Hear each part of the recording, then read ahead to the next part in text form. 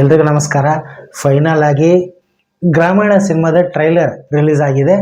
ಇವತ್ತು ಕಾರ್ಯಕ್ರಮ ಇರುತ್ತೆ ಅಂತ ನಾನು ಕೂಡ ಹೇಳಿದ್ದೆ. AMBB ಸಿನಿಮಾಸ್ ಕಪಾಲಿ ಮಾಲಲ್ಲಿ ಈ ಸಿನಿಮಾದ ಟ್ರೈಲರ್ ಬಿಡುಗಡೆ ಆಯಿತು. ನಾನು ದುನಿಯಾ ವಿಜಯ್ ಅವರು ಮಾತ್ರ ಬರ್ತಾರೆ ಅಂತ ಅಂದ್ಕೊಂಡಿದ್ದೆ. ಬಟ್ ಹಂಸಲೇಖ ಅವ್ರು ಬಂದರು, ಯುವ ರಾಜ್ಕುಮಾರ್ ಅವರು ಬಂದರು, ತುಂಬ ಜನ ಕಲಾವಿದರು, ತಂತ್ರಜ್ಞರು ಬಂದ್ಬಿಟ್ಟು ಚಿತ್ರದ ಟ್ರೈಲರ್ ಬಿಡುಗಡೆ ಮಾಡಿ ಚಿತ್ರದಂಗೆ ಶುಭ ಹಾರೈಸಿದರು. ವಿಶೇಷವೆಂದರೆ ನಟಿ ಅಪರ್ಣಾ ಅವರು, ನಿರೂಪಕಿ ನಟಿ, ಇವರು ಅಗಲಿರೋದು ಎಲ್ರಿಗೂ ಗೊತ್ತಿರೋ ವಿಚಾರನೇ. ಇವರ ಪತಿ ನಾಗರಾಜ್ ವಸ್ತಾರೆ ಅವರು ಈ ಚಿತ್ರದ ಟ್ರೈಲರ್ ಬಿಡುಗಡೆಯನ್ನು ಅವರ ಕೈಯಿಂದ ದುನಿಯಾ ವಿಜಯ್ ಅವರು ಮಾಡಿಸಿದ್ರು. ತುಂಬ ಭಾವುಕ ಅನಿಸ್ತು, ತುಂಬ ಬೇಜಾರು ಕೂಡ ಆಯಿತು.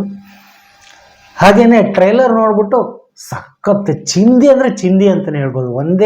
ಒಂದೇ ಮಾತಲ್ಲಿ ಹೇಳೋದಾದರೆ ಸಿಂಪ್ಲಿ ಸೂಪರ್, ಬೆಂಕಿ ಸೂಪರಾಗಿ ಬಂದಿದೆ. ಕರೆಬೇಕಾಗಿ ಯೋಗಿ ಅವರು ಒಂದು ಜುಗಲ್ ಬಂದಿ ಅಂತಲೇ ಹೇಳ್ಬೋದು. ಅಂದರೆ ವಿಲನ್ ಶೇಡ್ ಅನಿಸುತ್ತೆ. ಸಖತ್ ನಾನೆಲ್ಲೋ ಸ್ಪೆಷಲ್ ಅಪಿಯರೆನ್ಸು ಗೆಸ್ಟ್ ಅಪಿಯರೆನ್ಸ್ ಅಂತ ಅಂದ್ಕೊಂಡಿದ್ದೆ. ಏನು ರಗ್ಗುಡಾಗಿ ಅವರಿಬ್ಬರದ್ದು ಇದೆ. ಇನ್ನು ಕುಸುಮ ಆಗಿ ನಮ್ಮ ಮೇಘಾ ಶೆಟ್ಟಿ ಅವರ ನೋಡೋಕ್ಕೂ ಲುಕ್ಕಾಗಿ ತುಂಬ ಮುದ್ದಾಗಿ ಅನಿಸ್ತಾರೆ ಕುಸುಮ ಅವರು. ಮೋಸ್ಟ್ಲಿ ನಾಯಕನಿಗೆ ಮಾತ್ರ ಅಲ್ಲ, ನೋಡೋ ನಮಗೂ ಕೂಡ ಲವ್ ಆಗಿಬಿಡುತ್ತೆ ಆ ಥರ ಕಾಣಿಸ್ತಿದ್ದಾರೆ. ಹಾಡುಗಳೆಲ್ಲ ಹಿಟ್ಟಾಗಿದೆ ಬಿಡಿ. ಕುಸುಮನೂ ಕೂಡ ಹಾಡು ಎಂಥ ಹಿಟ್ಟಾಗಿದೆ. ಸೊ ಈ ಟ್ರೈಲರು ಹೆಂಗೆ ಒಂದಿಷ್ಟು ಬೇಕಾದ್ರೆ ನಿಮಗೆ ಪ್ಲೇ ಮಾಡಿ ತೋರಿಸ್ತೀನಿ ನೋಡಿ.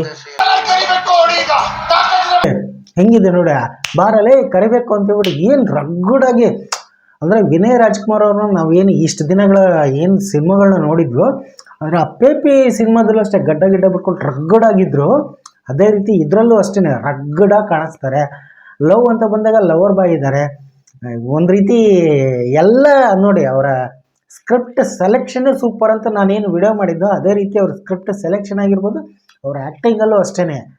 ಅದೇನು ಸ್ಟಾರ್ಟಿಂಗಲ್ಲಿ ಟೀಕೆ ಟಿಪ್ಪಣಿಗಳು ಬಂದ್ಬಿಟ್ಟು ಅದೇ ಜನರು ಇವಾಗ ಏನು ಅವ್ರ ಆ್ಯಕ್ಟಿಂಗ್ ಮೆಚ್ಕೊಳ್ತಾ ಇದ್ದಾರೋ, ನಿಜವಾಗ್ಲೂ ಹೇಳ್ತೀನಿ ಚಿತ್ರದ ಬಗ್ಗೆ ತುಂಬ ಭರವಸೆ ಇದೆ. ನನಗಂತೂ ತುಂಬ ಕುತೂಹಲ ಇದೆ. ನಾನು ಮಿಸ್ ಮಾಡದೇ ಸಿನಿಮಾನ ನೋಡ್ತೀನಿ. ಆ ಟ್ರೈಲರ್ಲು ಅಷ್ಟೇ ಅರುಣ್ ಸಾಗರ್ ಅವರು, ಗೋಪಾಲಕೃಷ್ಣ ದೇಶಪಾಂಡೆ ಅವರಾಗಿರ್ಬೋದು, ಅವರು ನ್ಯಾಚುರಲ್ ಆ್ಯಕ್ಟರ್ಸು, ಅದ್ರ ಬಗ್ಗೆ ಏನಿಲ್ಲ. ಇದರಲ್ಲೂ ಅಷ್ಟೇ.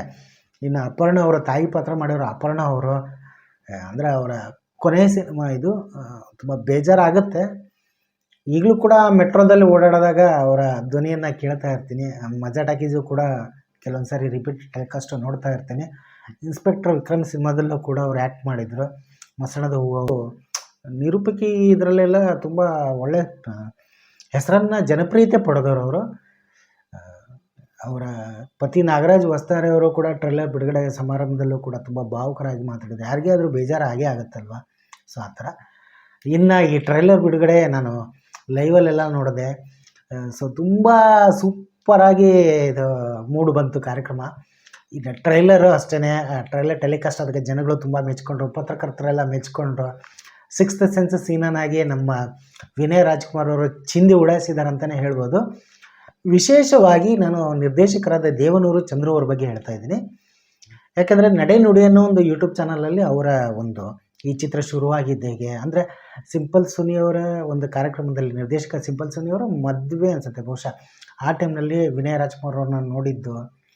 ಅವ್ರ ಕತೆ ಹೇಳಬೇಕಂತ ಹೋದಾಗ, ಅಂದರೆ ಯಾವ ಸಿನಿಮಾ ಮಾಡ್ತಾಯಿದ್ರು ಅಂದರೆ ಅನಂತ್ ಹೊಸ ನುಸ್ರತ್ತು ಈ ಸಿನಿಮಾ ಮಾಡಬೇಕಾದ್ರೆ ಅವ್ರ ಕತೆ ಹೇಳಿದಾಗ ಕ್ಯಾರವನ್ ಬೇಡ ಮನೆಗೆ ಬನ್ನಿ ಅಂತ ಹೇಳ್ಬಿಟ್ಟು ಮನೆಗೆ ಕರ್ಸ್ಕೊಂಡು ಕತೆ ಹೇಳಿದ್ದು.